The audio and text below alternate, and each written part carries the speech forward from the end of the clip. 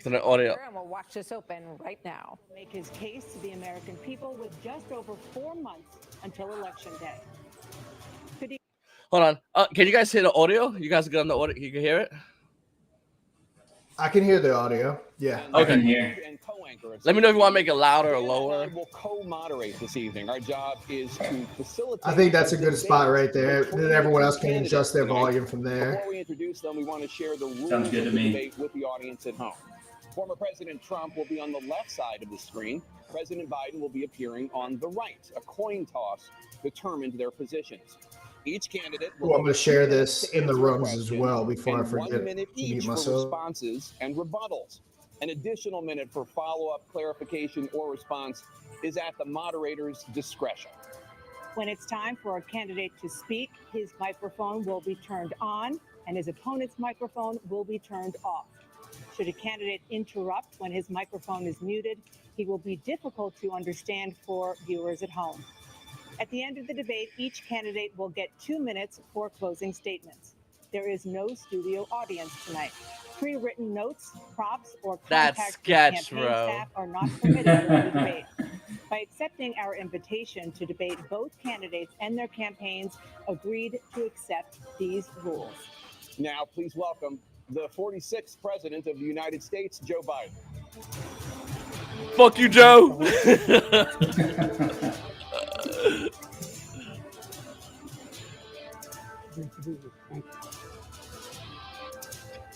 And please welcome the 45th President of the United States, Donald Trump.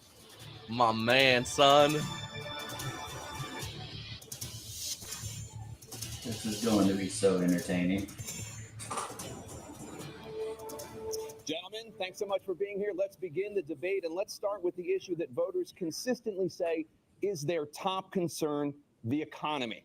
President Biden, inflation has slowed, but prices remain high. Since you took office, the price of essentials has increased. For example, a basket of groceries that cost $100 then now costs more than $120. And typical home prices have jumped more than 30%. What do you say to voters who feel they are worse off under your presidency than they were under President Trump? We got to take a look at what I was left when I became president and what Mr. Trump left me. We had an economy that was in free fall. The pandemic was so badly handled. Many people were dying. All he said was, it's not that serious. Just inject a little bleach into your arm. You'll be all right. The economy collapsed. There were no jobs. Unemployment rate rose to 15%. It was terrible. And so what we had to do is try to put things back together again. And that's exactly what we began to do. We created 15,000 new jobs. We brought out the position where we have 800,000 new manufacturing jobs. But there's more to be done. There's more to be done. Working class people are still in trouble. I come from Scranton, Pennsylvania. I come of a household where the kitchen table, if the things weren't able to be met during the month, it was a problem. The price of eggs, the price of gas, the price of housing, the price of a whole range of things. That's why I'm working so hard to make sure I deal with those problems. And we're going to make sure that we hit the price of housing. We're going to make sure we build 2 million new units. We're going to make sure we cap rents so corporate greed can't take over. The combination that I was left with in corporate greed is the reason why we're in this problem right now. In addition to that, we're in a situation where if you take a look at all that was done in his administration, he didn't do much at all. By the time he left, things were in chaos. Literally chaos. And so we put things back together. We created, I said, those jobs. We make sure we had a situation where we brought down the price of prescription drugs, which is a major issue for many people, to $15 for a insulin shot as opposed to $400. No senior has to pay more than $200 for any drug, all the drugs they can include beginning next year. And the situation is we're going to make that available to everybody, all Americans. So we're working to bring down the price around the kitchen table, and that's what we're going to get done. Thank you. President Trump? We have the greatest economy in the history of our country. We have never done so well. Everybody was amazed by it. Other countries were copying us. We got hit with COVID. And when we did, we spent the money necessary so we wouldn't end up in a Great Depression, the likes of which we had in 1929. By the time we finished, so we did a great job. We got a lot of credit for the economy, a lot of credit for the military, and no wars and so many other things. Everything was rocking good. But the thing we never got the credit for, and we should have, is getting us out of that COVID mess. He created mandates that was a disaster for our country. But other than that, we had given them back a country where the stock market actually was higher than pre-COVID, and nobody thought that was even possible. The only jobs he created are for illegal immigrants and bounce back jobs, a bounce back from the COVID. He has not done a good job. He's done a poor job, and inflation's killing our country. It is absolutely killing us. Thank you. President Biden? Well, look, the greatest economy in the world. He's the only one who thinks that, I think. I don't know anybody else who thinks he had the greatest economy in the world. And, you know, the fact of the matter is that we found ourselves in a situation where his economy, he rewarded the wealthy. He had the largest tax cut in American history, $2 trillion. He raised a deficit larger than any president has in any one term. He's the only president other than Herbert Hoover who's lost more jobs than he had when he began, since Herbert Hoover. The idea that he did something that was significant, and the military, you know, when he was president, they were still killing people in Afghanistan. He didn't do anything about that. When he was president, we were still finding ourselves in a position where you had a notion that we were this safe country. The truth is, I'm the only president this century that doesn't have this decade, that doesn't have any troops dying anywhere in the world like he did. President Trump, I want to follow up if I can. Am I allowed to respond to him? Well, I'm going to ask you a follow-up. You can do whatever you want with the minute that we give you. I want to follow up. You want to impose a 10% tariff on all goods coming into the U.S. How will you ensure that that doesn't drive prices even higher? It's not going to drive them higher. It's just going to cause countries that have been ripping us off for years, like China and many others, in all fairness to China. It's going to just force them to pay us a lot of money, reduce our deficit tremendously, and give us a lot of power for other things. But he made a statement. The only thing he was right about is I gave you the largest tax cut in history. I also gave you the largest regulation cut in history. That's why we had all the jobs. And the jobs went down, and then they bounced back, and he's taking credit for bounce back jobs. You can't do that. He also said he inherited 9% inflation. No, he inherited almost no inflation, and it stayed that way for 14 months. And then it blew up under his leadership because they spent money like a bunch of people that didn't know what they were doing, and they don't know what they were doing. It was the worst, probably the worst administration in history. There's never been. And as far as Afghanistan is concerned, I was getting out of Afghanistan, but we were getting out with dignity, with strength, with power. He got out. It was the most embarrassing day in the history of our country's life. President Trump, over the last 8 years, under both of your administrations, the national debt soared to record highs. And according to a new nonpartisan analysis, President Trump, your administration approved $8.4 trillion in new debt, while so far, President Biden, you've approved $4.3 trillion in new debt. So, former President Trump, many of the tax cuts that you signed into law are set to expire next year. You want to extend them and go even further, you say. With the U.S. facing trillion-dollar deficits and record debt, why should top earners and corporations pay even less in taxes than they do now? Because the tax cuts spurred the greatest economy that we've ever seen just prior to COVID. And even after COVID, it was so strong that we were able to get through COVID much better than just about any other country. But we spurred, that tax spurred. Now, when we cut the taxes, as an example, the corporate tax was cut down to 21% from 39%, plus beyond that. We took in more revenue with much less tax, and companies were bringing back trillions of dollars back into our country. The country was going like never before, and we were ready to start paying down debt. We were ready to start using the liquid gold right under our feet, the oil and gas right under our feet. We were going to have something that nobody else has had. We got hit with COVID. We did a lot to fix it. I gave him an unbelievable situation with all of the therapeutics and all of the things that we came up with.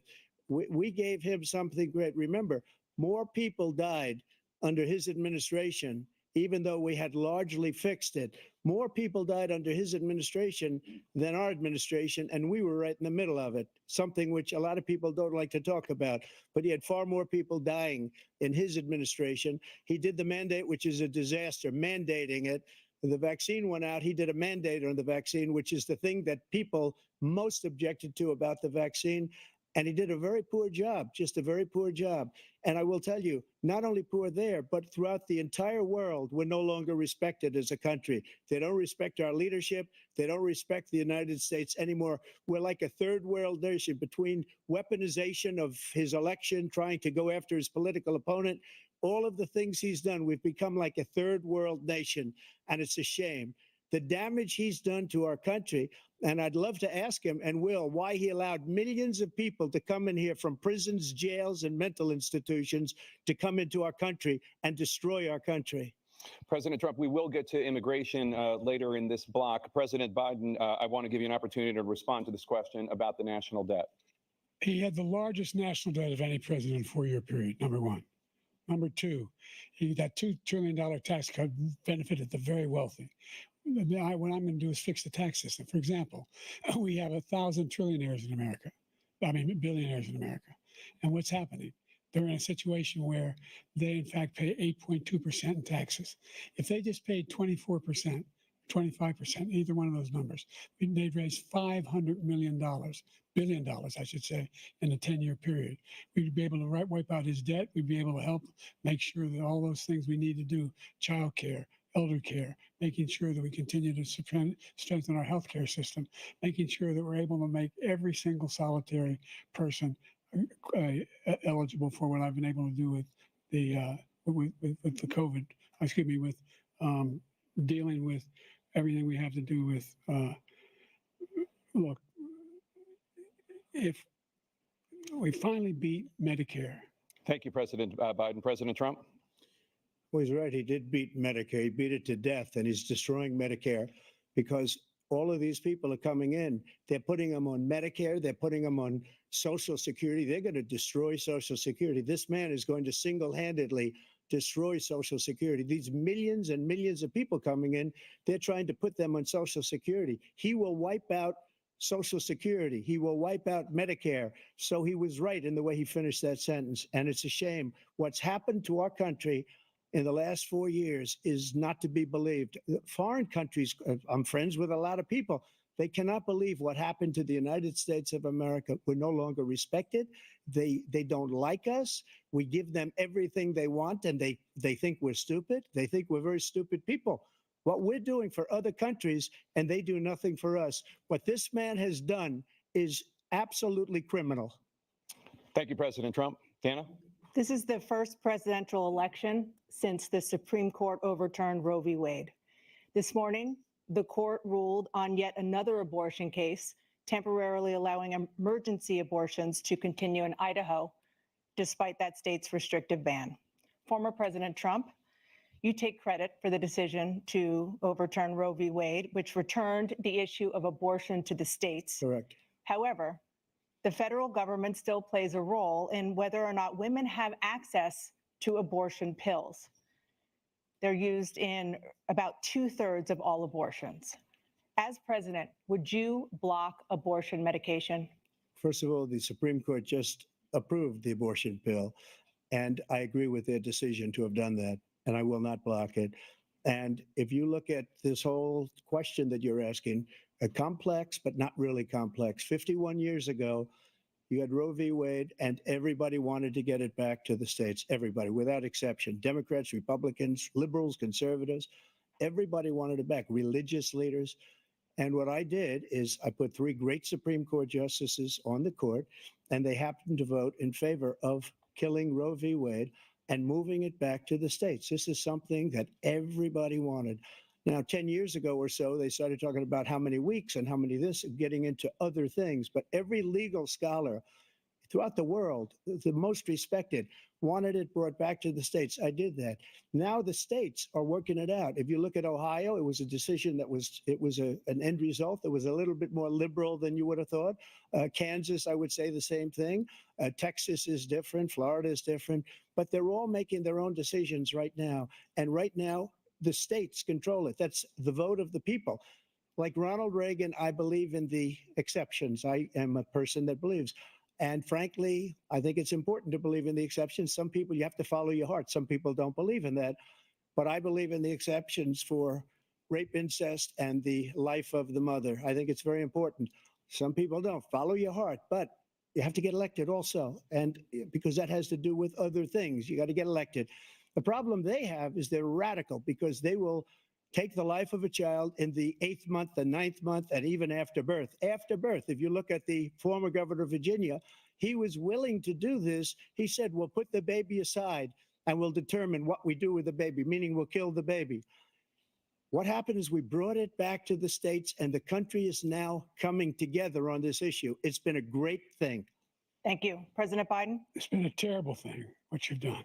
The fact is that the vast majority of constitutional scholars supported Roe when it was decided, supported Roe. And that's this idea that they're all against it is just ridiculous. And this is the guy who says the state should be able to have it. We're in a state where in 6 weeks, you don't even know whether you're pregnant or not, but you cannot see a doctor, and have him decide on what your circumstances are, whether you need help. The idea that states are able to do this is a little like saying we're going to turn civil rights back to the states, let each state have a different rule. Look, there's so many young women who have been, including a young woman who just was murdered, and he went to the funeral. The idea that she was murdered by an immigrant coming in, they talk about that. But here's the deal: there's a lot of young women who are being raped by their in-laws, by their spouses, brothers and sisters, it's just ridiculous, and they can do nothing about it. And they try to arrest them when they cross state lines. Thank you. There have been many young women murdered by the same people he allows to come across our border. We have a border that's the most dangerous place anywhere in the world, considered the most dangerous place anywhere in the world. And he opened it up, and these killers are coming into our country, and they are raping and killing women. And it's a terrible thing. As far as the abortion is concerned, it is now back with the states. The states are voting. In many cases, it's frankly a very liberal decision. In many cases, it's the opposite. But they're voting, and it's bringing it back to the vote of the people, which is what everybody wanted, including the founders, if they knew about this issue, which frankly they didn't. But they would have, everybody wanted brought back. Ronald Reagan wanted it brought back. He wasn't able to get it. Everybody wanted it brought back, and many presidents had tried to get it back. I was the one to do it. And again, this gives it the vote of the people, and that's where they wanted it. Every legal scholar wanted it that way. Staying on the topic of abortion, President Biden, 7 states, I'll let you do that. This is the same topic. 7 states have no legal restrictions on how far into a pregnancy a woman can obtain an abortion. Do you support any legal limits on how late a woman should be able to terminate a pregnancy? I supported Roe v. Wade, which had 3 trimesters. The first time is between the woman and the doctor. Second time is between the doctor and an extreme situation. The third time is between the doctor, between the woman and the state. The idea that the politicians, that the founders wanted the politicians to be the ones making decisions about women's health is ridiculous. That's the last. No politician should be making that decision. A doctor should be making those decisions. That's how it should be run. That's what you're going to do. And if I'm elected, I'm going to restore Roe v. Wade. So that means he can take the life of the baby in the 9th month and even after birth, because some states, Democrat run, take it after birth. Again, the former governor of Virginia, put the baby down, then we decide what to do with it. So he's willing to, as we say, rip the baby out of the womb in the 9th month and kill the baby. Nobody wants that to happen, Democrat or Republican. Nobody wants it to happen. That is simply not true.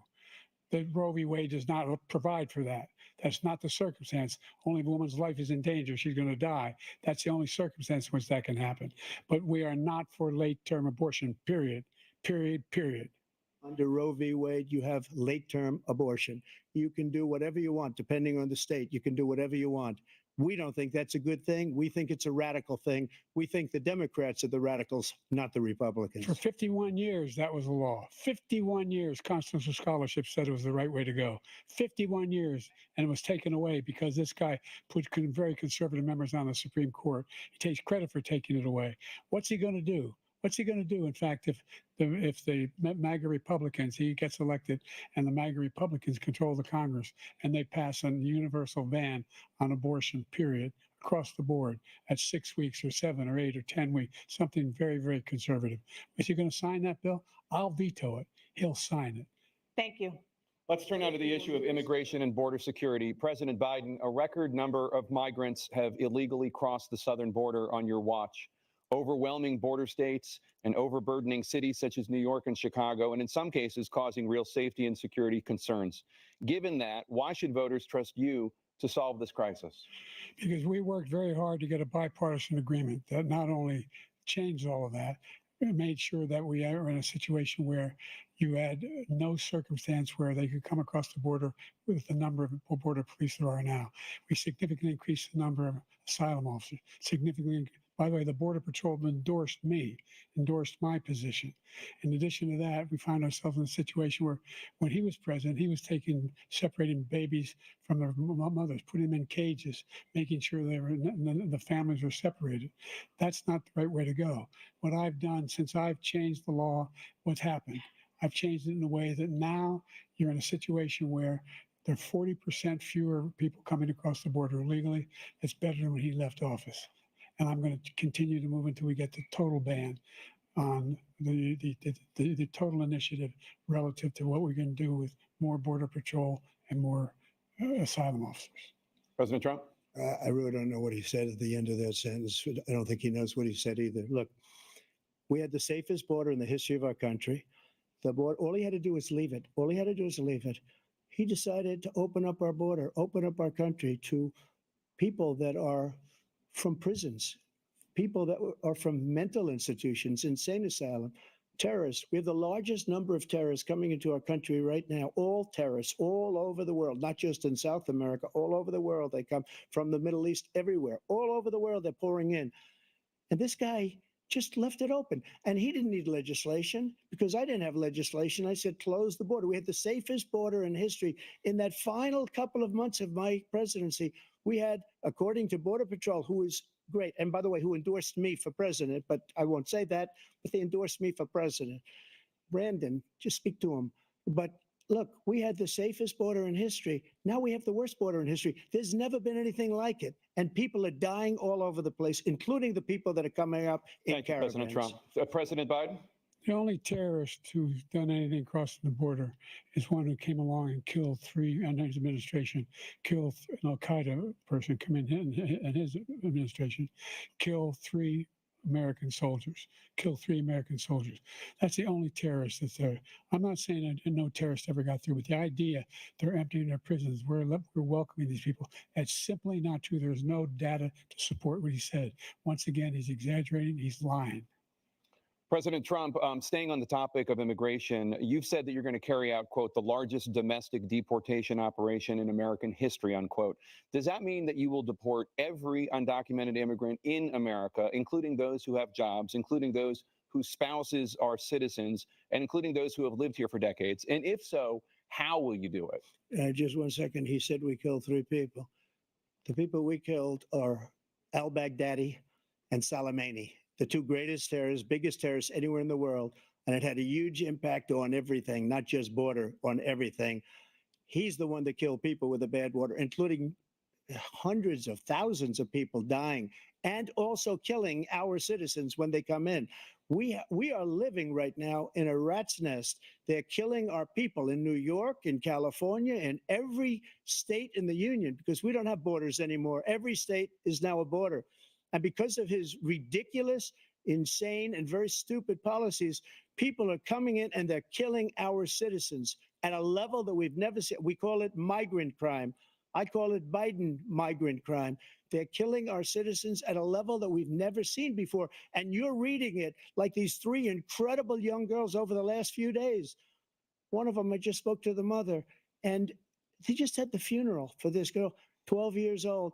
This is horrible what's taken place. What's taken place in our country, we're literally an uncivilized country now. He doesn't want it to be. He just doesn't know. He opened the borders. Nobody's ever seen anything like. And we have to get a lot of these people out, and we have to get them out fast because they're going to destroy our country. Just take a look at where they're living. They're living in luxury hotels in New York City and other places. Our veterans are on the street. They're dying because he doesn't care about our veterans. He doesn't care. He doesn't like the military at all. And he doesn't care about our veterans. Nobody been worse.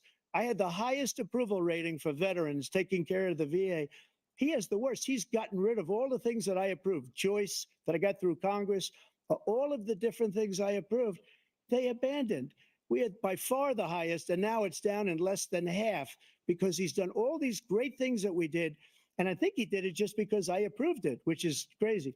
But he has killed so many people at our border by Thank you, allowing President Trump. all of these people to come in. President And it's Biden. a very sad day in America. President Biden, you have the mic. Every single thing he said is a lie. Every single one. For example, veterans are a hell of a lot better off since I passed the PACT Act. 1 million of them now have insurance and their families have it. Their families have it because what happened, whether it was Agent Orange or burn pits, they're all being covered now. And his group opposed that.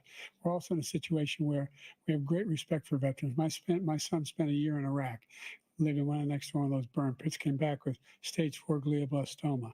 I was recently in France for D-Day, and I spoke all about those heroes that died. I went to the World War I cemetery he refused to go to. He was standing with his 4-star general, and he told me, he said, I don't want to go in there because they're a bunch of losers and suckers.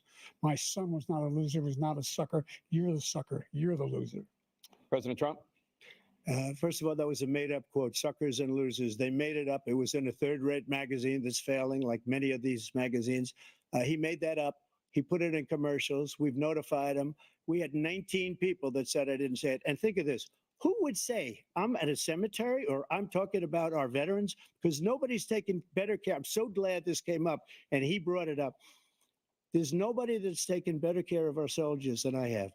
To think that I would, in front of generals and others, say suckers and losers. We have 19 people that said it was never said by me. It was made up by him, just like Russia was made up, just like the 51 intelligence agents are made up, just like the new thing with the 16 economists are talking. It's the same thing. 51 intelligence agents said that the laptop was Russia disinformation. It wasn't. That came from his son, Hunter. It wasn't Russia disinformation. He made up the suckers and losers, so he should apologize to me right now. Yeah, the 4-star general standing to your side who was on your staff who said you said it, period. That's number one. And number two, the idea that I have to apologize to you for anything along the line. We've done more for veterans than any president has in American history. And they now are in their family. The only sacred obligation we have as a country is to care for our veterans when they come home and their families and equip them when they go to war. That's what we're doing. That's what the VA is doing now. They're doing more for veterans than ever before in our history. All right. Thank you so much. Let's move to the topic of foreign policy. I want to begin with Russia's war against Ukraine, which is now in its 3rd year. Former President Trump, Russian President Vladimir Putin says he'll only end this war if Russia keeps the Ukrainian territory it has already claimed and Ukraine abandons its bid to join NATO. Are Putin's terms acceptable to you? First of all, our veterans and our soldiers can't stand this guy. They can't stand him. They think he's the worst commander-in-chief, if that's what you call him, that we've ever had. They can't stand him. So let's get that straight. And they like me more than just about any of them. And that's based on every single bit of information.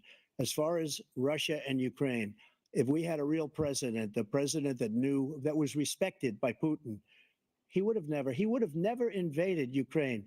A lot of people are dead right now, much more than people know. You know, they talk about numbers. You can double those numbers, maybe triple those numbers. He did nothing to stop it. In fact, I think he encouraged Russia from going in. I'll tell you what happened. He was so bad with Afghanistan. It was such a horrible embarrassment, most embarrassing moment in the history of our country, that when Putin watched that and he saw the incompetence, that he should have fired those generals, like I fired the one that you mentioned. And so he's got no love lost, but he should have fired those generals. No general got fired for the most embarrassing moment in the history of our country, Afghanistan, where we left billions of dollars of equipment behind. We lost 13 beautiful soldiers and 38 soldiers were obliterated. And by the way, we left people behind too. We left American citizens behind. When Putin saw that, he said, you know what? I think we're going to go in and maybe take this was his dream. I talked to him about it, his dream. The difference is he never would have invaded Ukraine, never. Just like Israel would have never been invaded in a million years by Hamas. You know why? Because Iran was broke with me. I wouldn't let anybody do business with them. They ran out of money. They were broke. They had no money for Hamas. They had no money for anything, no money for terror. That's why you had no terror at all during my administration. This place, the whole world is blowing up under him. President Biden? I've never heard so much malarkey in my whole life. Look, the fact of the matter is that we're in a situation where, let's take the last point first. Iran attacked American troops, caused brain damage for a number of these troops, and he did nothing about it. Recently, not when he was president, they attacked. He said they're just having headaches. That's all it is. He didn't do a thing when the attack took place, number one. Number two, we got over 100,000 Americans and others out of Afghanistan during that airlift. Number three, we found ourselves in a situation where, if you take a look at what Trump did in Ukraine, this guy told Trump, do whatever you want and do whatever you want. And that's exactly what Trump did to Putin, encourage him, do whatever you want. And he went in. And listen to what he said when he went in. He was going to take Kyiv in 5 days, remember? Because it's part of the old Soviet Union. That's what he wanted to reestablish, Kyiv. And he, in fact, didn't do it at all. He wasn't able to get it done. And they've lost thousands and thousands of troops, 500,000 troops. President Trump, I as never come back said to you that. for 1 minute, I just want to go back to my original question, which is, are Putin's terms acceptable to you? Keeping the territory in Ukraine? Acceptable. No, they're not acceptable. But look, this is a war that never should have started. If we had a leader in this war, he led everybody along. He's given $200 billion now or more to Ukraine. He's given $200 billion. That's a lot of money. I don't think there's ever been anything like it. Every time that Zelensky comes to this country, he walks away with $60 billion. He's the greatest salesman ever. And I'm not knocking him. I'm not knocking anything. I'm only saying the money that we're spending on this war, and we shouldn't be spending, it should have never happened. I will have that war settled between Putin and Zelensky as president-elect before I take office on January 20th. I'll have that war settled. People being killed so needlessly, so stupidly, and I will get it settled, and I'll get it settled fast before I take office. President Biden, you have a minute. The fact is that Putin is a war criminal. He's killed thousands and thousands of people. And he has made one thing clear. He wants to reestablish what was part of the Soviet Empire, not just a piece. He wants all of Ukraine. That's what he wants. And then you think he'll stop there? Do you think he'll stop when if he takes Ukraine? What do you think happens to Poland? What do you think of Belarus? What do you think happens to those NATO countries? And so if you want a war, you ought to find out what he's going to do, because if in fact he does what he says and walks away, and by the way, all that money we give Ukraine are from weapons we make here in the United States. We give them the weapons, not the money at this point. And our NATO allies have produced as much funding for Ukraine as we have. That's why we're strong. Thank you. Moving on to the Middle East. In October, Hamas attacked Israel, killing more than 1,000 people and taking hundreds of hostages. Among those held and thought to still be alive are 5 Americans. Israel's response has killed thousands of Palestinians and created a humanitarian crisis in Gaza. President Biden, you've put forward a proposal to resolve this conflict, but so far Hamas has not released the remaining hostages, and Israel is continuing its military offensive in Gaza. So what additional leverage will you use to get Hamas and Israel to end the war? You have 2 minutes. Number one, everyone from the United Nations Security Council straight through to the G7 to the Israelis and Netanyahu himself have endorsed the plan I put forward, which has 3 stages to it. The first stage is trade the hostages for a ceasefire. Second phase is a ceasefire with additional conditions. The third phase is the end of the war. The only one who wants the war to continue is Hamas. Number one, they're the only ones standing out. We're still pushing hard to get them to accept. In the meantime, what's happened in Israel? We're finding that the only thing I've denied Israel was 2,000-pound bombs. They don't work very well in populated areas. They kill a lot of innocent people.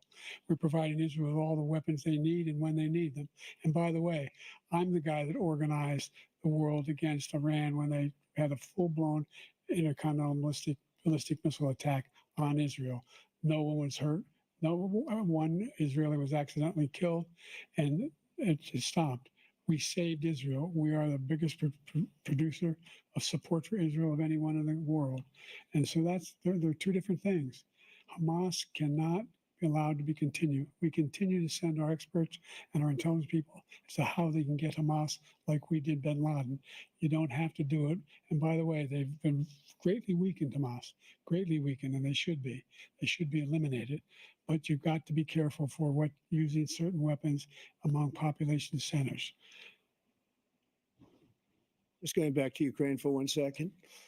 We have an ocean separating us. The European nations together have spent 100 billion, or maybe more than that, less than us. Why doesn't he call them and say, you got to put up your money like I did with NATO? I got them to put up hundreds of billions of dollars. The Secretary General of NATO said Trump did the most incredible job I've ever seen. They wouldn't have any, they were going out of business. We were spending almost 100% of the money was paid by us. He didn't do that. He's getting all, you got to ask these people to put up the money. We're over $100 billion more spent, and it has a bigger impact on them because of location, because we have an ocean in between. You got to ask them. As far as Israel and Hamas, Israel's the one that wants to go. He said the only one that wants to keep going is Hamas. Actually, Israel is the one, and you should let him go and let him finish the job. He doesn't want to do it. He's become like a Palestinian, but they don't like him because he's a very bad Palestinian. He's a weak one. President Biden, you have a minute. I've never heard so much foolishness. This is a guy who wants to get out of NATO. You're going to stay in NATO? He's going to pull out of NATO. The idea that we have, our strength lies in our alliances as well. It may be a big ocean, but we're ever able to avoid a war in Europe, a major war in Europe? What happens if, in fact, you have Putin continue to go into NATO? We have an Article 5 agreement. Attack on one is attack on all. You want to start the nuclear war he keeps talking about, go ahead. Let Putin go in and control Ukraine and then move on to Poland and other places. See what happens then. He has no idea what the hell he's talking about. And by the way, I got 50 other nations around the world to support Ukraine, including Japan and South Korea, because they understand that this kind of dislocation has a serious threat to the whole world peace. No major war in Europe has ever been able to be contained just to Europe. President Trump, just to follow up, would you support the creation of an independent Palestinian state in order to achieve peace in the region? I'd have to see, but before we do that, the problem we have is that we spend all the money. So they kill us on trade. I made great trade deals with the European nations because if you add them up, they're about the same size economically. Their economy is about the same size as the United States. And they were no cars, they don't want anything that we have, but we're supposed to take their cars, their food, their everything, their agriculture. I changed that. But the big thing I changed is they don't want to pay. And the only reason that he can play games with NATO is because I got them to put up hundreds of billions of dollars. I said, and he's right about this, I said, no, I'm not going to support NATO if you don't pay. They asked me that question, would you guard us against Russia at a very secret meeting of the 28 states at that time, nations at that time? And I said, no, if you don't pay, I won't do that. And you know what happened? Billions and billions of dollars came flowing in the next day and the next months. But now we're in the same position. We're paying everybody's bills. Let's turn to the issue of democracy. Former President Trump, I want to ask you about January 6, 2021. After you rallied your supporters that day, some of them stormed the Capitol to stop the constitutionally mandated counting of electoral votes. As president, you swore an oath to, quote, preserve, protect, and defend, unquote, the Constitution.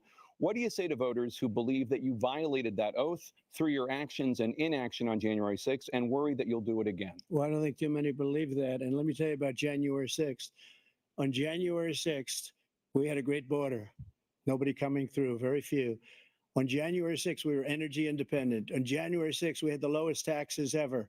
We had the lowest regulations ever. On January 6th, we were respected all over the world. All over the world, we were respected. And then he comes in and we're now laughed at. We're like a bunch of stupid people. What happened to the United States' reputation under this man's leadership is horrible, including weaponization, which I'm sure at some point you'll be talking about, where he goes after his political opponent because he can't beat him fair and square. You have 80 seconds left. My question was, what do you say to those voters who believe that you violated your constitutional oath through your actions and inaction on January 6, 2021, and worry that you'll do it again? Well, I didn't say that to anybody. I said peacefully and patriotically. And Nancy Pelosi, if you just watched the news from 2 days ago, on tape to her daughter, who's a documentary filmmaker, they say, but she's saying, oh, no, it's my responsibility. I was responsible for this because I offered her 10,000 soldiers or National Guard, and she turned them down. And the mayor of, in writing, by the way, the mayor in writing turned it down, the mayor of D.C. They turned it down. I offered 10,000 because I could see, I had virtually nothing to do. They asked me to go make a speech. I could see what was happening. Everybody was saying they're going to be there on January 6th. They're going to be there. And I said, you know what? There's a lot of people coming. You could feel it. You could feel it too, and you could feel it. And I said, they ought to have some National Guard or whatever. And I offered it to her. And she now admits that she turned it down. And it was the same day she was, I don't know, she can't be very happy with her daughter because it made her into a liar. She said, I take full responsibility for January 6th. President Biden? Look, he encouraged those folks to go up on Capitol Hill, number one. I sat in the dining room off the Oval Office. He sat there for 3 hours watching, begging, being begged by his vice president and a number of his colleagues on the Republican side as well to do something, to call for a stop, to end it. Instead, they talked about these people being patriots and great patrons of America. In fact, he says he'll not forgive them for what they've done. They've been convicted. He says he wants to commute their sentences and say that no. But he went to every single court in the nation. I don't know how many cases, scores of cases, including the Supreme Court. And they said, no, this guy is responsible for doing what was done. He did do a damn thing. And these people should be in jail. And they should be the ones who are being held accountable. And he wants to let them all out. And now he says if he loses again, such a whiner that he is, that it could be a bloodbath. Thank you, President Biden. President Trump? What they've done to some people that are so innocent, you ought to be ashamed of yourself. What you have done, how you've destroyed the lives of so many people when they ripped down Portland, when they ripped down many other cities. You go to Minnesota, Minneapolis, what they've done there with the fires all over the city. If I didn't bring in the National Guard, that city would have been destroyed. When you look at all of they took over big chunks of Seattle. I was all set to bring in the National Guard. They heard that, they saw them coming, and they left immediately. What he said about this whole subject is so off. Peacefully patriotic. One other thing, the Unselect Committee, which is basically two horrible Republicans that are all gone now out of office, and Democrats, all Democrats, they destroyed and deleted all of the information they found because they found out we were right. We were right. And they deleted and destroyed all of the information. They should go to jail for that. If a Republican did that, they'd go to jail. Thank you, President Trump. President Biden, I want to give you a minute. The only person on this stage is a convicted felon is the man I'm looking at right now. And the fact of the matter is, what he's telling you is simply not true. The fact is that there was no effort on his part to stop what was going on up in Capitol Hill. And all those people, every one of those who were convicted, deserves to be convicted. The idea that they didn't kill somebody, just went in and broke down doors, broke the windows, occupied offices, turned over desks, turned them over statues. The idea that those people are patriots? Come on. When I asked him the first two debates we had, first time around, I said, will you denounce the Proud Boys? He said, no, I'll tell them to stand by.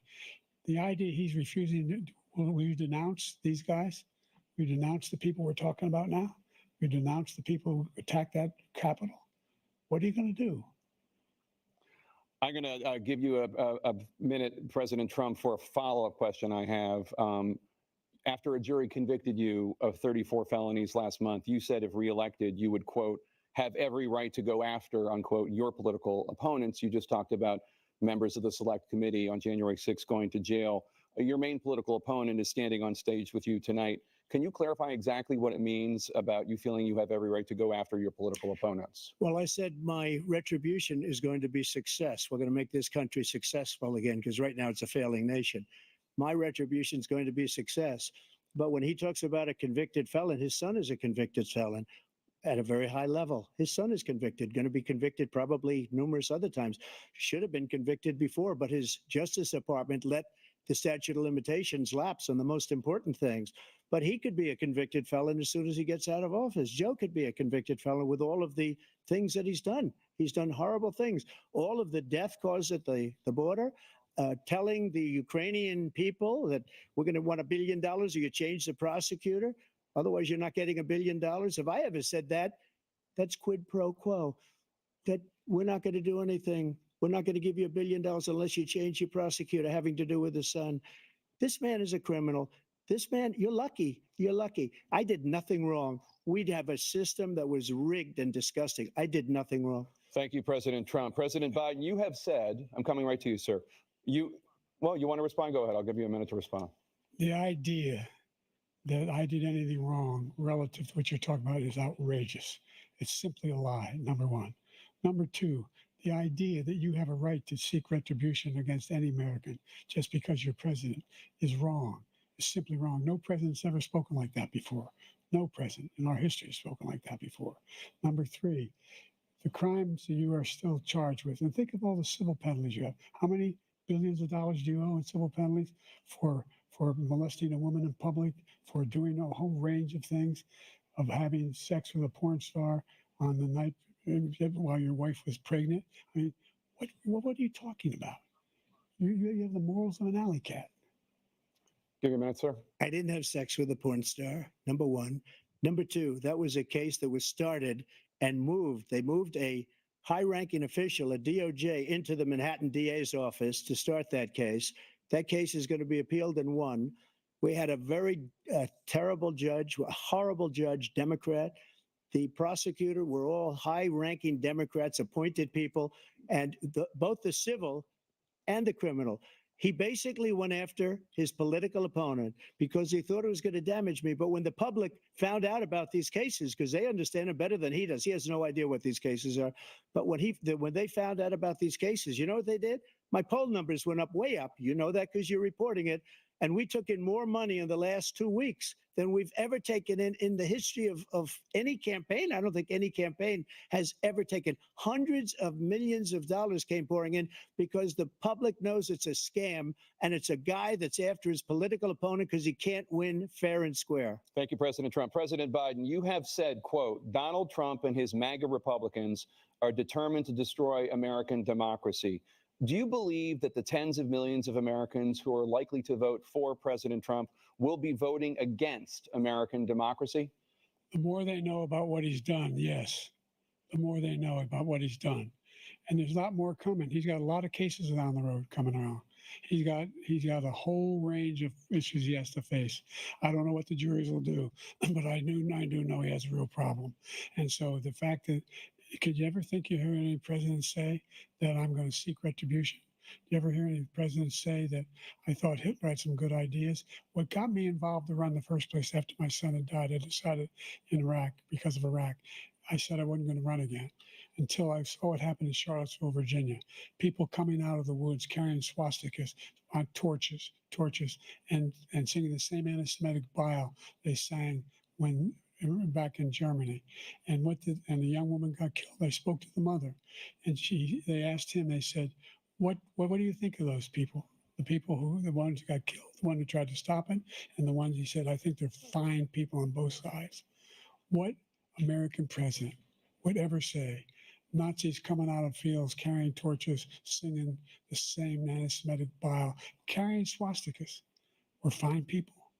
This is a guy who says Hitler's done some good things. I'd like to know what they are. The good things Hitler's done, that's what he said. This guy has no sense of American democracy. President Trump. Jake, both of you know that story has been totally wiped out because when you see the sentence, it said 100% exoneration on this. So he just keeps it going. He says he ran because of Charlottesville. He didn't run because of Charlottesville. He ran because it was his last chance. He's not equipped to be president. You know it, and I know it. It's ridiculous. We have a debate.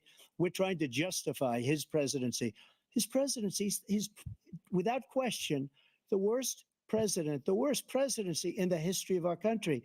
We shouldn't be having a debate about it. There's nothing to debate. He made up the Charlottesville story, and you'll see it's debunked all over the place.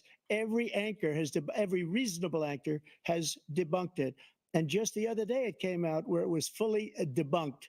It's a nonsense story. He knows that, and he didn't run because of Charlottesville. He used that as an excuse to run. President Biden? And debunked. It happened. All you have to do is listen to what was said at the time.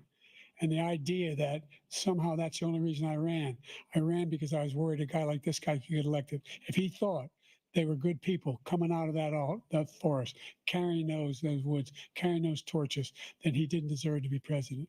Didn't deserve to be president at all. And the idea that he's talking about all this being fabricated, we saw with our own eyes. We saw what happened on January 6th. We saw the people breaking through the windows. We saw people occupying his own vice president. Look, there's a reason why 40 of his 44 top cabinet officers refused to endorse him this time. His vice president hasn't endorsed him this time. So why? Why? They know him well. They serve with him. Why are they not endorsing him? Thank you, President Biden. We're going to be right back with more from the CNN presidential debate.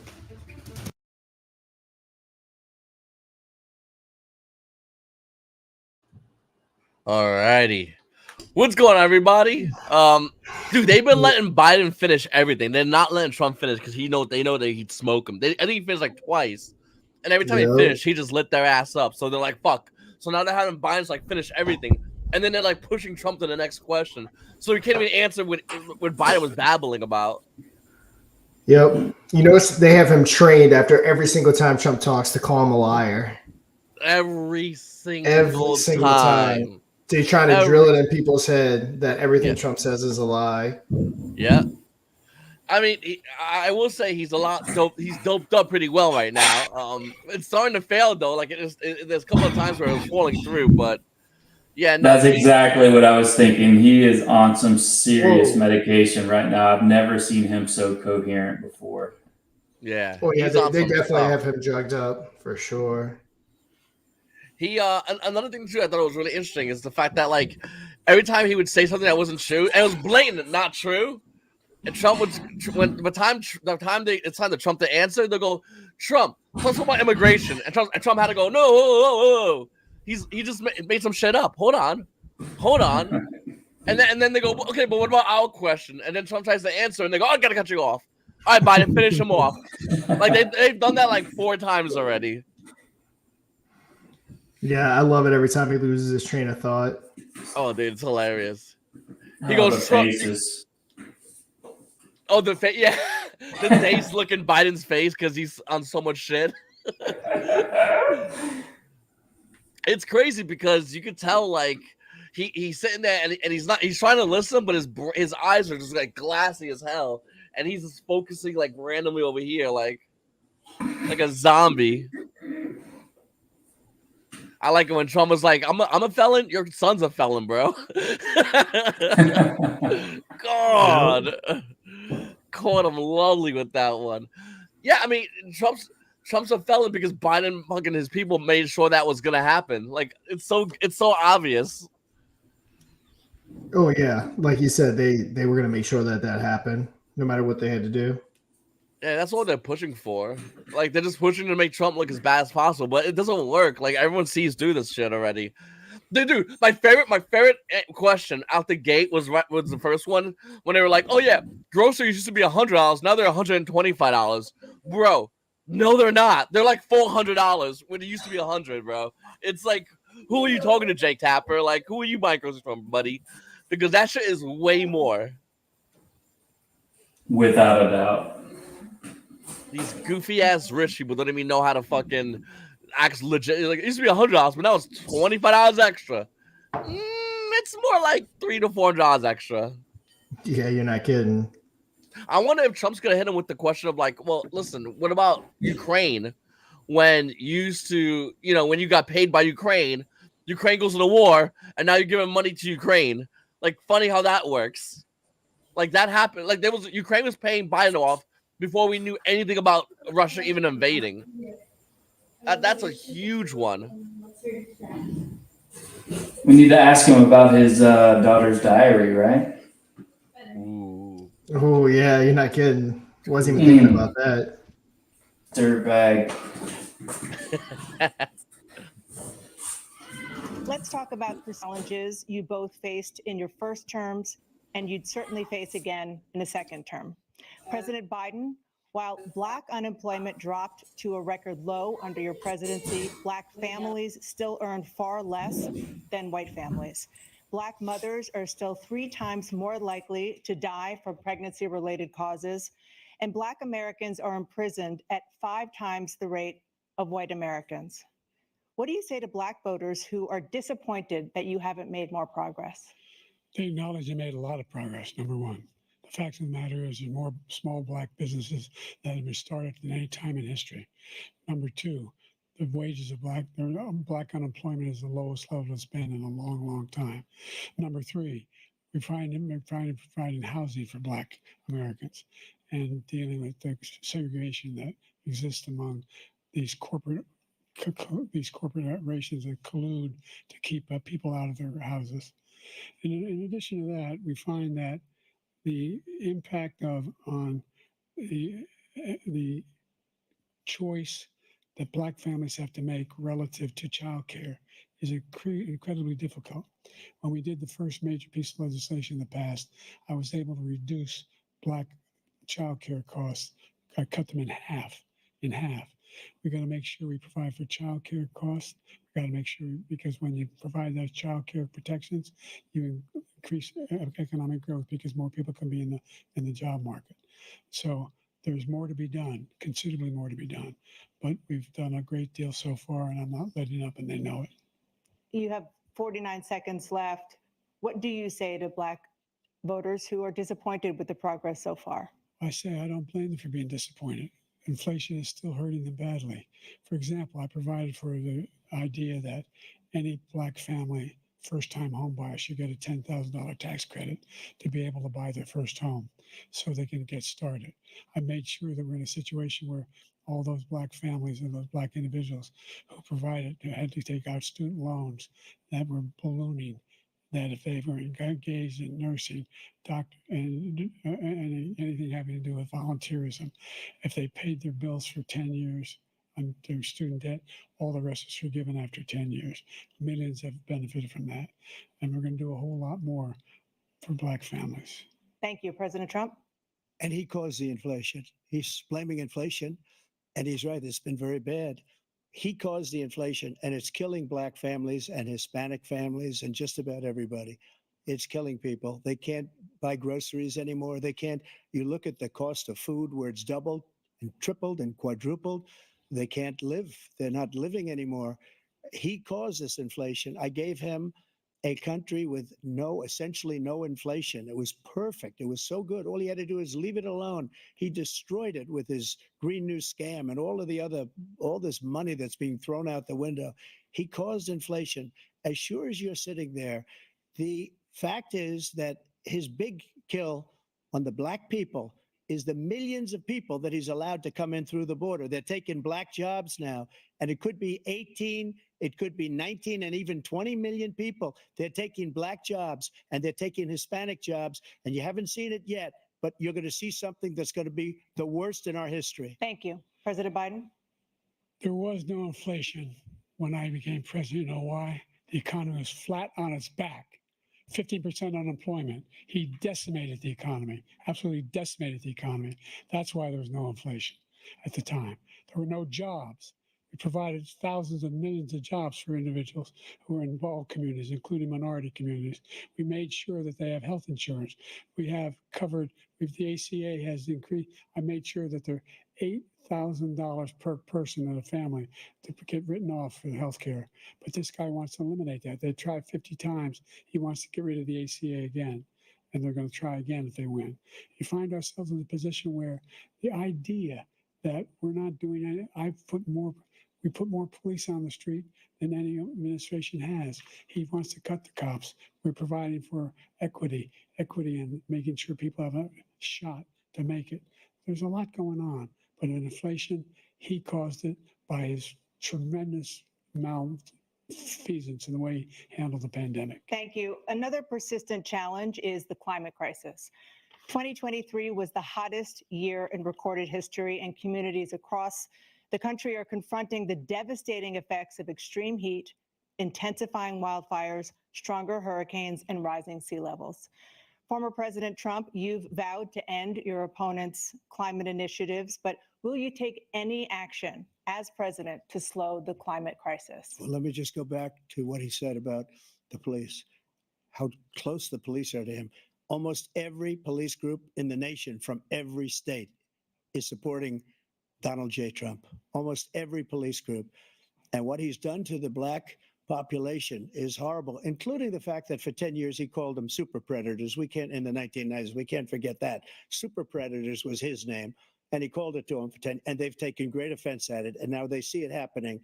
But when they see what I did for criminal justice reform and for the historically black colleges and universities, where I funded them and got them all funded, and the opportunity zones with Tim, as you know, Tim Scott was incredible. He did a great job, great senator from South Carolina. He came to me with the idea, and it was a great idea. It's one of the most successful economic development acts ever in the country, opportunity zones. And the biggest beneficiary are blacks. And that's why we have the best numbers with them in maybe ever. They're saying ever. I read this morning where ever, the best numbers. He's lost much of the black population because he's done a horrible job for black people. He's also done a horrible job for Hispanics. But wait till you see these millions of people pouring into our country, and they're going to take the jobs, and it's already started, and you haven't seen anything yet. It's a disaster. You've 38 seconds left. President Trump, will you take any action as president to slow the climate crisis? So I want absolutely immaculate clean water, and I want absolutely clean air, and we had it. We had H2O. We had the best numbers ever, and we were using all forms of energy, all forms, everything. And yet, during my 4 years, I had the best environmental numbers ever. And my top environmental people gave me that statistic just before I walked on the stage, actually. I don't know where the hell he's been. The idea that anything he said is true. I've passed the most extensive climate change legislation in history. We find ourselves, and by the way, black colleges, I came up with $15 billion for HBCUs, historic black universities and colleges, because they don't have the kind of contributors that they have to build these laboratories and the like. Any black student is capable in college of doing any white student can do. They just have the money, but now they'll be able to get those jobs in high tech. We're in a situation where the idea that he is claiming to have done something that had the cleanest water, he hadn't done a damn thing for the environment. He pulled out of the Paris Peace Accord, Climate Accord. I immediately joined it because if we reach 1.5 degrees Celsius at any one point, where there's no way back. The only existential threat to humanity is climate change, and he didn't do a damn thing about it. He wants to undo all that I've done. The Paris Accord was going to cost us $1 trillion, and China nothing, and Russia nothing, and India nothing. It was a ripoff of the United States.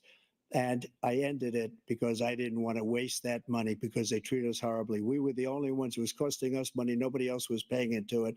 And it was a disaster. But everything that he said just now, I'll give you an example. I heard him say before insulin. I'm the one that got the insulin down for the seniors. I took care of the seniors. What he's doing is destroying all of our medical programs because the migrants coming in, they want everybody. And look, I have the biggest heart on the stage. I guarantee you that. And I want to take care of people, but we're destroying our country. They're taking over our schools, our hospitals, and they're going to be taking over Social Security. He is destroying Social Security, Medicare, and Medicaid.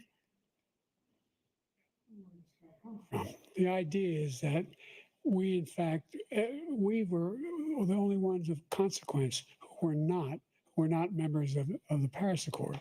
How can we do anything? We're not able to, the United States can't get its under control.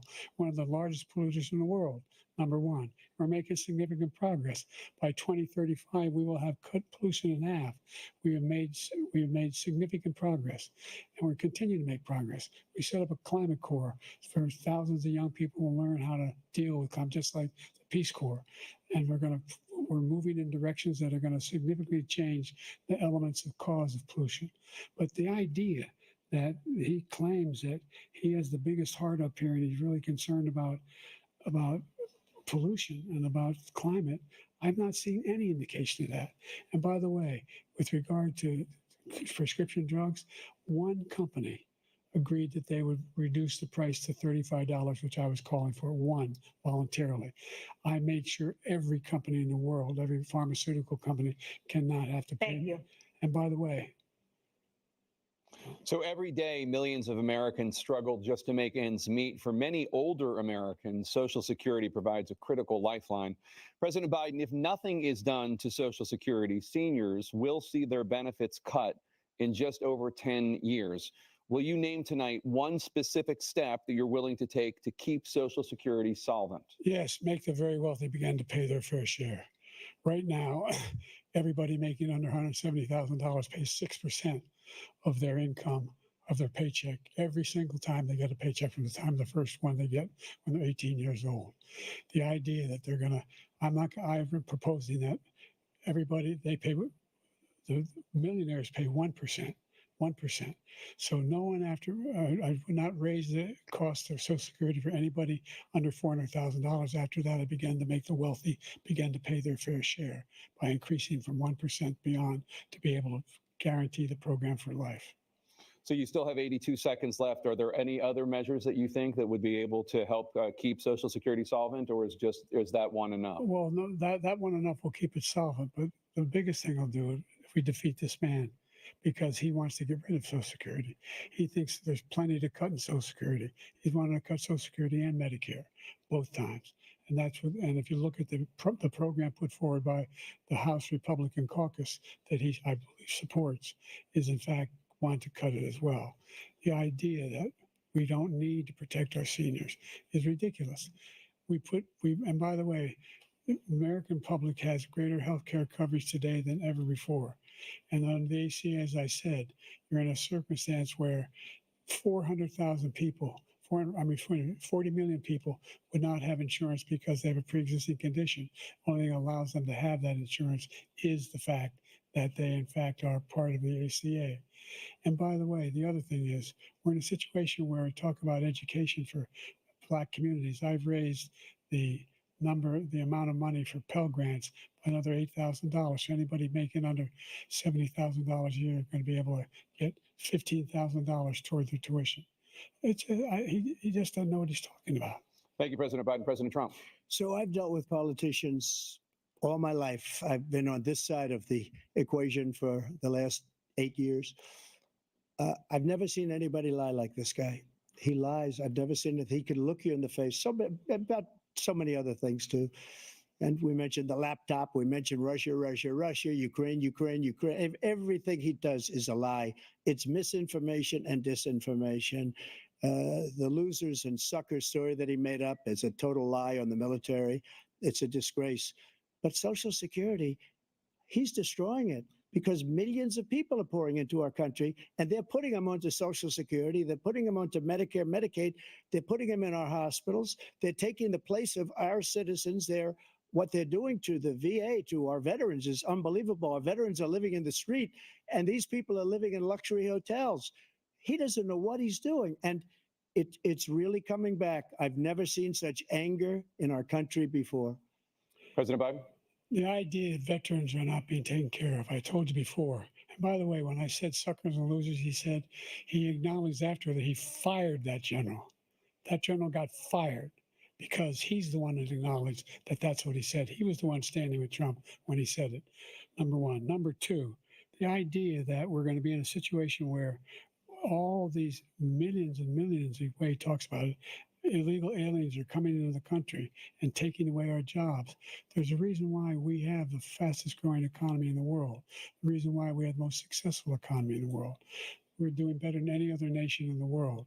And by the way, those 15 Nobel laureates he talked about being phony, those 15 Nobel laureates, economists, they all said that if Trump is reelected, we're likely to have a recession and inflation is going to increasingly go up. And by the way, worst president in history, 159 presidential scholars voted him the worst president in the history of the United States of America. President Biden, thank you so much. Let's turn to the cost of child care, which many American families struggle to afford. President Trump, both you and President Biden have tried to address this issue, but the average cost of child care in this country has risen to more than $11,000 a year per child. For many families, the cost of child care for 2 children is more than their rent. In your second term, what would you do to make child care more affordable? Just to go back, the general got fired because he was no good. And if he said that, that's why he made it up. But we have 19 people that said I didn't say it, and they're very highly respected, much more so than him. The other thing is, he doesn't fire people.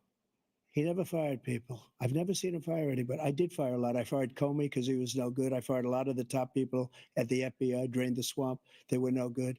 Not easy to fire people. You'd pay a price for it, but they were no good. I inherited these people. I didn't put him there. I didn't put Comey there. He was no good. I fired him. This guy hasn't fired anybody. He never fires.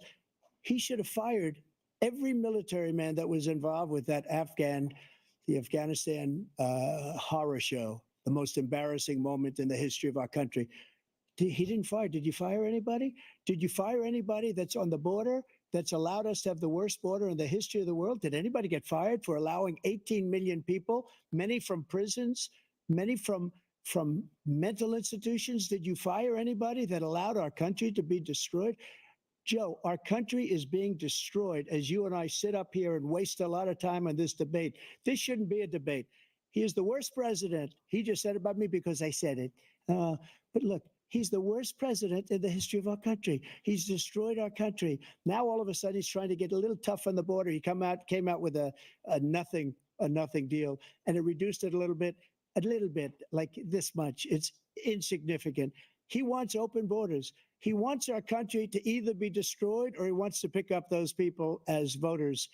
And I don't think we just can't let it happen. If he wins this election, our country doesn't have a chance, not even a chance, of coming out of this rut.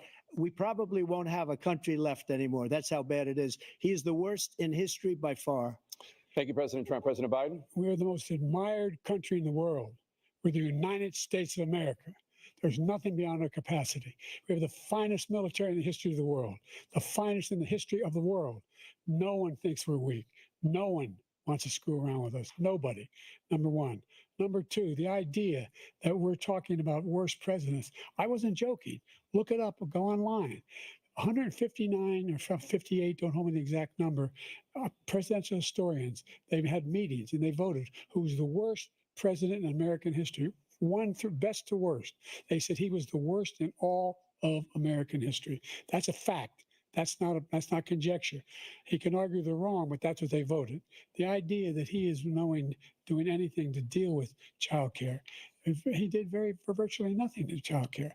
We should significantly increase the child care tax credit.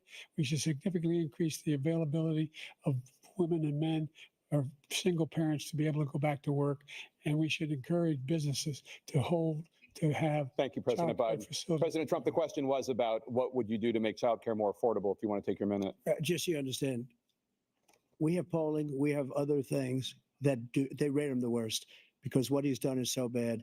And they rate me, I'll show you, I will show you, and they rate me one of the best, okay?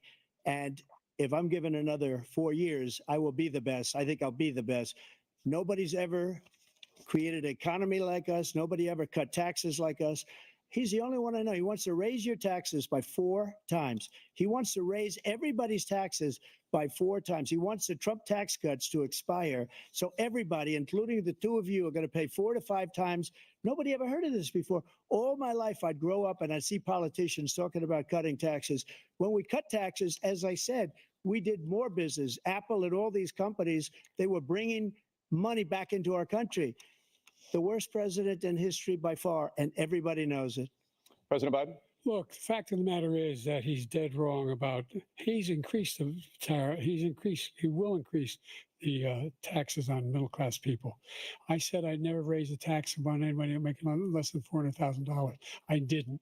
But this tariff is 10% tariffs. Everything coming in the country, you know what the economists say?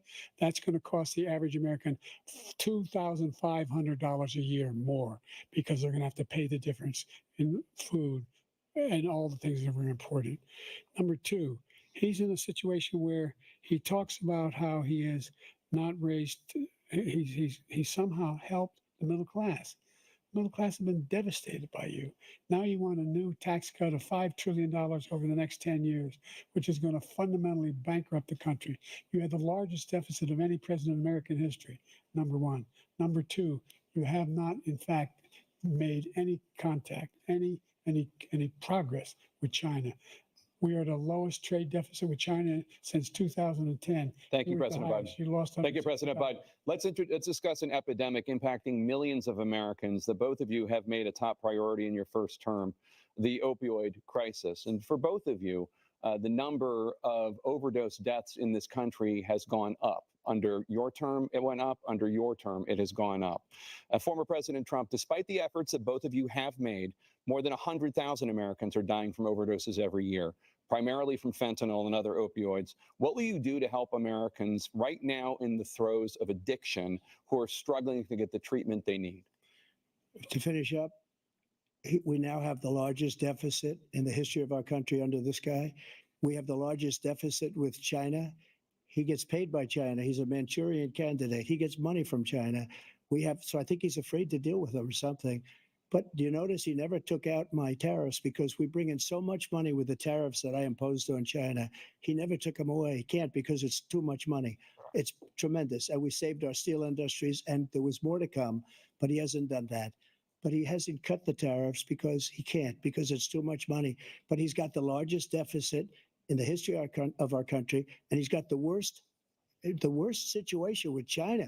China's going to own us if you keep allowing them to do what they're doing to us as a country. They are killing us as a country, Joe, and you can't let that happen. You're destroying our country. So, President Trump, you have 67 seconds left. The question was, what are you going to do to help Americans in the throes of addiction right now who are struggling to get the treatment they need? Jake, we were doing very well at addiction until the COVID came along. We had the 2.5, almost 3 years of like nobody's ever had before, any country, in every way. And then we had to get tough. And it was the drugs pouring across the border it started to increase. We got great equipment. We bought the certain dog that's the most incredible thing that you've ever seen, the way they can spot it. We did a lot. And we were getting very low numbers, very, very low numbers. Then he came along. The numbers, have you seen the numbers now? It's not only the 18 million people that I believe is even low because the gotaways, they don't even talk about gotaways, but the numbers of the amount of drugs and human trafficking in women coming across our border, the worst thing I've ever seen at numbers that nobody's ever seen under him because the border's so bad. But the number of drugs coming across our border now is the largest we've ever had by far. President Trump, thank you. President Biden? Fentanyl and the byproducts of fentanyl went down for a while. And I wanted to make sure we use the machinery that can detect fentanyl, these big machines that roll over everything that comes across the border. And it costs a lot of money. That was part of this deal we put together, this bipartisan deal. More fentanyl machines, more be able to detect drugs, more numbers of agents, more numbers of all the people at the border. And when we had that deal done, he called his Republican colleagues, said, don't do it. It's going to hurt me politically. No, he never argued it's not a good bill. It's a really good bill. We need those machines. We need those machines. And we're coming down very hard in every country in Asia in terms of precursors for fentanyl. And Mexico is working with us to make sure they don't have the technology to be able to put it together. That's what we have to do. We need those machines. Thank you, President Biden. President Trump, and again, the question is about Americans in the throes of addiction right now struggling to get the treatment they need. Well, this does pertain to it. He ended Remain in Mexico. He ended catch and release. I made it catch and release in Mexico, not catch and release here. We had so many things that we had done, hard negotiations with Mexico, and I got it all for nothing. It's just like when you have a hostage. We always pay $6 billion for a hostage. Every time we say a hostage. Now we have a hostage, a Wall Street Journal reporter. I think a good guy. And he's over there because Putin is laughing at this guy, probably asking for billions of dollars for the reporter. I will have him out very quickly as soon as I take office. Before I take office, I said by literally as soon as I win the election, I will have that reporter out. He should have had him out a long time ago, but Putin's probably asking for billions and billions of dollars because this guy pays it every time. We had 2 cases where he paid $6 billion for 5 people. I got 58 people out, and I paid essentially nothing. Thank you, President Trump. Dana? Let's turn to concerns that voters have about each of you. President Biden, you would be 86 at the end of your second term. How do you address concerns about your capability to handle the toughest job in the world well into your 80s? Well, first of all, I spent half my career being criticized being the youngest person in politics. I was the second youngest person ever elected to the United States Senate, and now I'm the oldest. This guy's 3 years younger and a lot less competent. I think that just look at the record. Look at what I've done. Look how I've turned around the horrible situation he left me. As I said, 50 million new jobs, 800,000 manufacturing jobs, more investment in America, over billions of dollars in private investment in enterprises that we are growing. By the way, we brought an awful lot of people. Well, the whole idea of computer chips. We used to have 40% of the market. We invented those chips, and we lost it because he was sending people to find the cheapest jobs overseas and then bring home a product. So I went to South Korea. I convinced Samsung to invest billions of dollars here in the United States. And guess what? Those fabs, they call that to build these chips, those fabs pay over $100,000. You don't need a college degree for them. And there's billions, about $40 billion already being invested and being built right now in the United States, creating significant jobs for Americans from all over the world. President Biden, you have 40 seconds left. Would you like to add anything? Yeah, I would. The idea that somehow we are this failing country. I never heard a president talk like this before. We're the envy of the world. Name me a single major country president who wouldn't trade places with the United States of America for all our problems and all our opportunities. We're the most progressive country in the world in getting things done. We're the strongest country in the world. We're a country in the world who keeps our word, and everybody trusts us. All of our allies and those who he coddles up to, from Kim Jong-un, he sends love letters to, and Putin, etc. They don't want to screw around with us. Thank you. Former President Trump, to follow up, you would be 82 at the end of your second term. What do you say to voters who have concerns about your capabilities to serve? Well, I took 2 tests, cognitive tests. I aced them, both of them, as you know. We made it public. He took none. I'd like to see him take one, just one, a real easy one. Like go through the first 5 questions. He couldn't do it. But I took 2 cognitive tests. I took physical exams every year.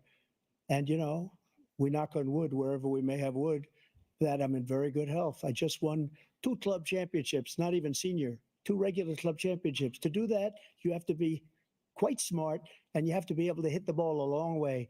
And I do it. He doesn't do it. He can't hit a ball 50 yards. He challenged me to a golf match. He can't hit a ball 50 yards.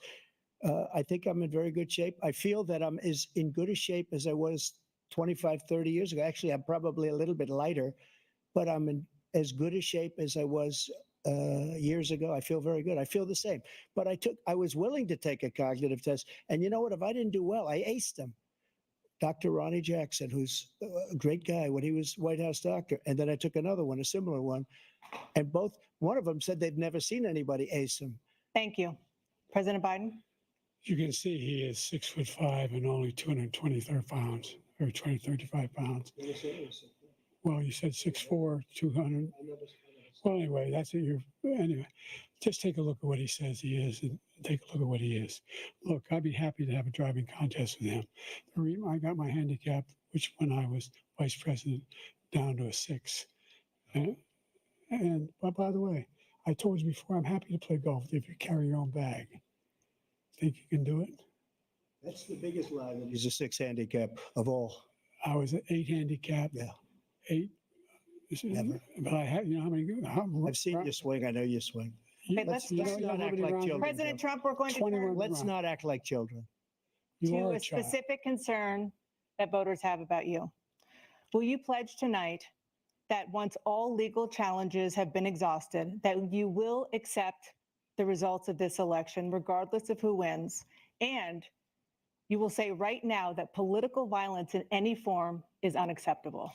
Well, I shouldn't have to say that, but of course I believe that. It's totally unacceptable. And if you would see my statements that I made on Twitter at the time, and also my statement that I made in the Rose Garden, you would say it's one of the strongest statements you've ever seen. In addition to the speech I made in front of, I believe, the largest crowd I've ever spoken to. And I will tell you, nobody ever talks about that. They talk about a relatively small number of people that went to the Capitol and in many cases were ushered in by the police. And as Nancy Pelosi said, it was her responsibility, not mine. She said that loud and clear. But the answer is, if the election is fair, free, and I want that more than anybody. And I'll tell you something. I wish he was a great president because I wouldn't be here right now. I'd be at one of my many places enjoying myself. I wouldn't be under indictment because I wouldn't have been his political opponent because he indicted me because I was his opponent. I wish he was a great president. I would rather have that. I wouldn't be here. I don't mind being here. But the only reason I'm here is he's so bad as a president that I'm going to make America great again. We're going to make America great again. We're a failing nation right now. We're a seriously failing nation. And we're a failing nation because of him. His policies are so bad. His military policies are insane. They're insane. These are wars that will never end with him.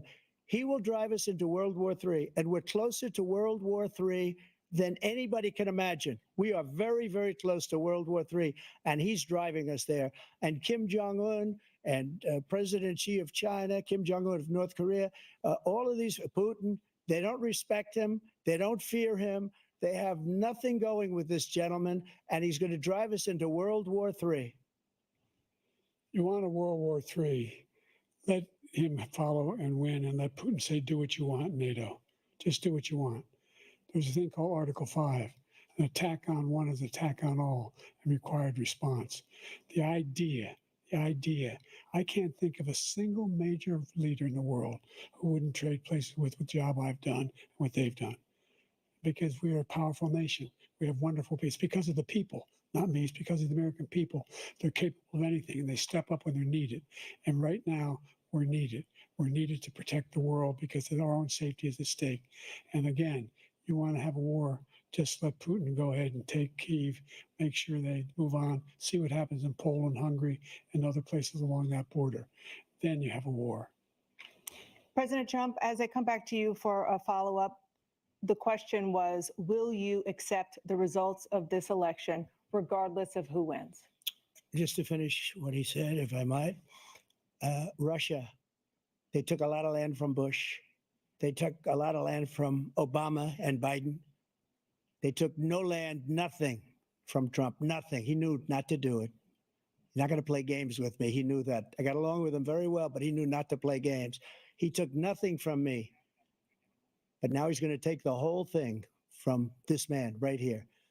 That's a war that should have never started. It would have never started ever with me. And he's going to take Ukraine. And, you know, you asked me a question before, would you do this? He's got us in such a bad position right now with Ukraine and Russia because Ukraine's not winning that war. He said, I will never settle until such time. They're running out of people. They're running out of soldiers. They've lost so many people. It's so sad. They've lost so many people, and they've lost those gorgeous cities with the golden domes that are 1,000 years old, all because of him and stupid decisions. Russia would have never attacked if I were President Trump, president. the question was, will you accept the results of the election, regardless of who wins? Yes or no, please. If it's a fair and legal and good election. I don't know what's happening. I'm gonna have to refresh. Absolutely. Oh, there we go. I would have much rather accepted these, but the fraud and everything else was ridiculous. And if you want, we'll have a news conference on it in a week, or we'll have another one of these in a week. But I will absolutely, there's nothing I'd rather do. It would be much easier for me to do that than I'm running again. I wasn't really going to run until I saw the horrible job he did. He's destroying our country. I would be very happy to be someplace else in a nice location someplace. And again, no indictments, no political opponent stuff, because it's the only way he thinks he can win. But unfortunately, it's driven up my numbers and driven them up to a very high level because the people understand it. Well, let's see what your numbers are when this election is over. Let's see. You're a whiner. When you lost the first time, You continued, you appealed and appealed to courts all across the country. Not one single court in America said any of your claims had any merit, state or local, none. But you continue to provoke this lie about somehow there's all this misrepresentation, all this stealing. There is no evidence of that at all. And I tell you what, I doubt whether you'll accept it because you're such a whiner. The idea, if you lose again, you accepting anything, you can't stand the loss. Something snapped in you when you lost the last time. We'll be right back with more from the CNN. Yeah, why don't you accept the fact that we rigged the election? Just go ahead and take the election and let us rig it, and don't bitch about it.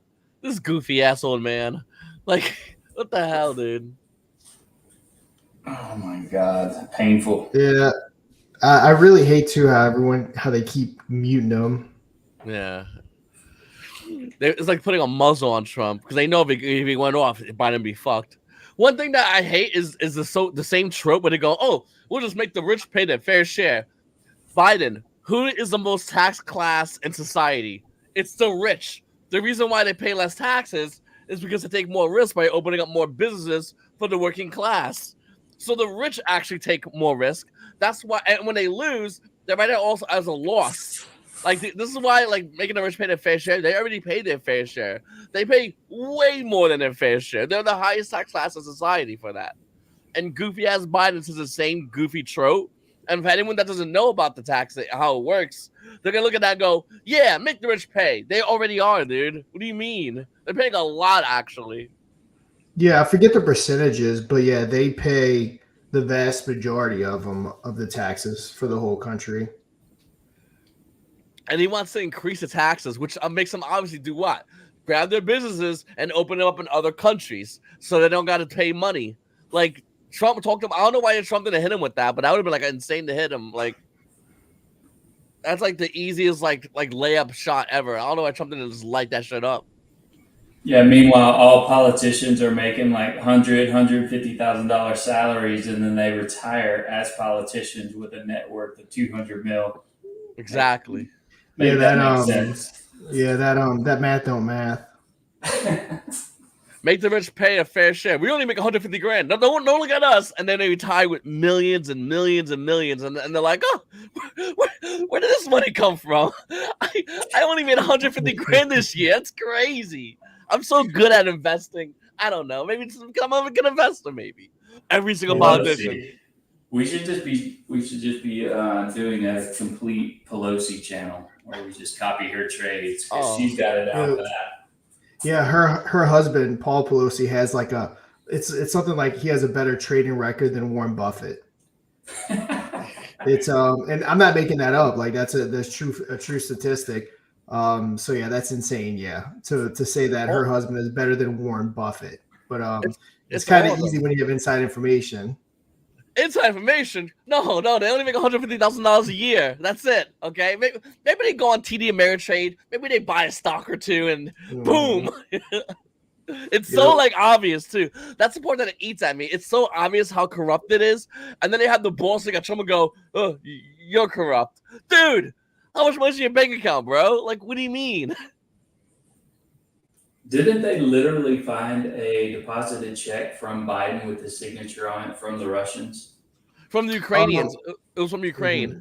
Ah, man. Insane. Yep. And they just get away with it. Yep. You know another stat? I think, if I'm not mistaken, I think Trump is the only president in U.S. history to come out of office with a lower net worth than what he went into office. Now keep in mind, he was very wealthy going into it, but still, that just shows you what he was interested in. Tells you everything. Mm-hmm. I'll tell you what, I was not a Trump fan because I don't like arrogant personalities. But after you really dig in and see what this guy's been through, then you really open up to supporting him more, you know? Yep, agreed. Trump in his last term, we found ourselves in a situation where, number one, we have to make sure that we have a fair tax system. I ask anyone out there in the audience, or anyone out watching this debate, do you think the tax system is fair? The fact is that I said Nobody making under $400,000 had a single penny increase in their taxes, and will not. And if I'm reelected, that'll be the case again. But this guy has increased your taxes because of the deficit. Number one, he's increased inflation because of the debacle he left after the way he handled the pandemic, and he finds himself in a position where he now wants to tax you more by putting a 10% tariff on everything that comes into the United States of America. What I did when, for example, he wants to get rid of the ability of Medicare for us to be able to negotiate drug prices with the big pharma companies. Well, guess what? We got it down to $35 for insulin instead of $400. No more than $2,000 for every senior, no matter how much prescription they need. You know what that did? That reduced the federal debt by $160 billion over 10 years because the government doesn't have to pay the exorbitant prices. I'm going to make that available to every senior all along. It's happening now, and everybody in America. He wants to get rid of that. I'm going to make sure that we have child care. We're going to significantly increase the credits people have for child care. I'm going to make sure we do something about what we're doing on lead pipes and all the things that are causing health problems for people across the country. We're going to continue to fight to bring down inflation and give people a break. Thank you, President Biden. President Trump, you now have 2 minutes for your closing statement. Like so many politicians, this man is just a complainer. He said, we want to do this, we want to do that, we want to get rid of this tax, that tax. But he doesn't do anything. All he does is make our country unsafe by allowing millions and millions of people to pour in. Our military doesn't respect him. We look like fools in Afghanistan. We didn't stop Israel. It was such a horrible thing that would have never happened. It should have never happened. Iran was broke. Anybody that did business with Iran, including China, they couldn't do business with the United States. They all passed. Iran was broke. They had no money for Hamas or Hezbollah, for terror, no money whatsoever. Again, Ukraine should have never happened. He talks about all this stuff, but he didn't do it. For 3.5 years, we're living in hell. We have the Palestinians and we have everybody else rioting all over the place. You talk about Charlottesville. This is 100 times Charlottesville, 1,000 times. The whole country is exploding because of you, because they don't respect you, and they have to respect their president, and they don't respect you throughout the world. What we did was incredible. We rebuilt the military. We got the largest tax cut in history, the largest regulation cut in history. The reason he's got jobs is because I cut the regulations that gave jobs, but he's putting a lot of those regulations back on. All of the things that we've done, nobody's never seen anything like, even from a medical standpoint, right to try, where we can try space age materials instead of going to Asia or going to Europe and trying to get when you're terminally ill. Now you can go and you can get something. You sign a document. They've been trying to get it for 42 years. But you know what we did for the military was incredible. Choice for our soldiers, where our soldiers, instead of waiting for 3 months to see a doctor, can go out and get themselves fixed up and readied up and take care of themselves, and they're living. And that's why I had the highest approval rating in the history of the VA. So all of these things, we're in a failing nation, but it's not going to be failing anymore. We're going to make it great again. Thank you, former President Trump. President Biden, stay with us because we have full analysis of this debate. Anderson Cooper and Aaron Burnett starts now. Page show A and page show B come in, and they're gonna say how great Biden is and how much jacked up he is on all his fucking fentanyl medications and God. Yeah, it's insane. It's crazy to watch this happen and watch them try to mute Trump because they know if he was to say everything, it would just shut Biden out. Like there's not everything Biden say was, if not a lie, was just stretched as a motherfucker.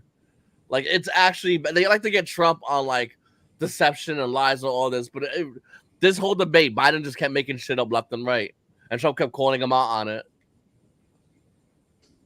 Yep, and then he just kept calling Trump a liar. Yeah, that was the whole thing of recurring. He just kept going, "No, you're a liar," but no, actually, no, they didn't say that. That's not true. Like, who do you mean?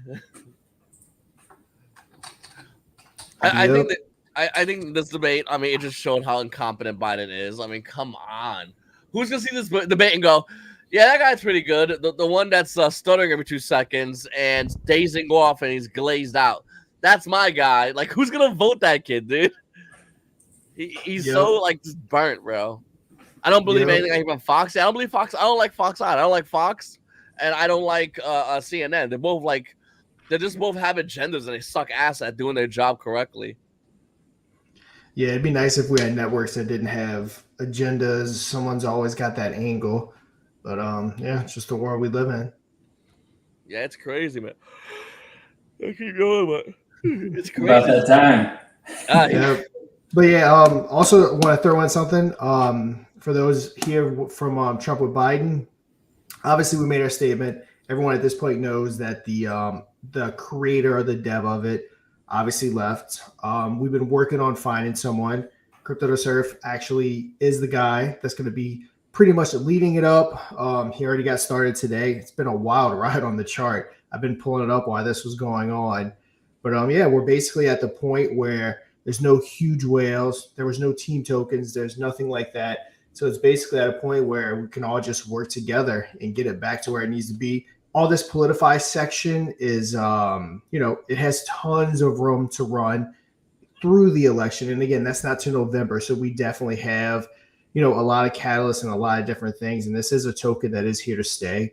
Like I said, when the guy, the dev left us, Crypto and Cause Investing, who basically incubated the project, we stuck around and definitely worked to find the right person. There was about 3 to 4 different people that I was talking to that were interested in kind of heading it up and kind of being that lead. Obviously, we made our decision. He joined us here tonight just to kind of introduce him, even though he's done so in chat. But yeah, if there is anything you want to say, Crypto to Surf, you can go ahead and say it. No, I just want to thank everyone for the opportunity, and it's good to be with a culture that has the mindset of get it done, and you have the expediency in your culture, so I appreciate that. And it seems like you said, there's no gigantic whales. The main dev stepped out. The opportunity is now right here in our lap, and it's up to us to do something with it. So I hope everybody's together and we could send this one. I mean, it's got the right background for it, and we're heading into the right year. I think we could really do something big with this. We just need to all stick together, work hard, and share the heck out of it. Heck yeah. Yep. And like we always said, me, Joe, we're not going anywhere. We're always going to stay here as influencers. This is something that we're highly interested in seeing succeed. So yeah, we definitely aren't going anywhere. Yeah, I brought a couple of devs over too that came from some larger projects. They worked with me on my project before. So I think they're really going to help us to continue to make the network connection so we can get into the right feeds and get new eyes on the project. For sure. But yeah, guys, it was fun. Anything to add, Joe? No, I'm just, I'm really glad to be here. I'm glad, we have Crypto Surf. Really appreciate you, brother. And, I'm really excited to see, Trump with Biden really hit them new highs and the community grow, because community is vibrant. It's a huge community that's getting bigger and bigger, and everyone's joining in. And it's finally good to see everyone's looking for that leader. And now we have Crypto to Surf here. So it's going to be really cool to see how everything plays out. But I'm excited to see the future of it. For sure. Me too, brother. Me too. Alrighty, guys. So, guys, thank you so much for hanging out with us. We appreciate you guys. Make sure to hop over in Telegram, Trump with Biden. And let me hear what you guys have to say about the debate. We'll be in there as well. So, yeah, see you guys around. I'm Squidgrow Joe, Defi Shaun, and Crypto to Surf. We'll see you guys on the moon. Peace.